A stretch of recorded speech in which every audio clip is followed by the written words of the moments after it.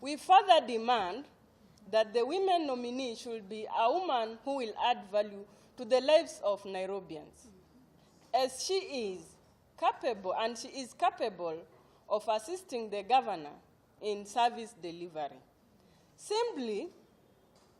we need a woman who is a leader and a good governor. We also put the governor on notice that failure to nominate the woman within the 14 days, our grassroots network will start mobilization of women in all 85 wards so that in 2022, the women of Nairobi will elect one of their own instead of being tossed like coins by men in Nairobi. Women, together, women, mama,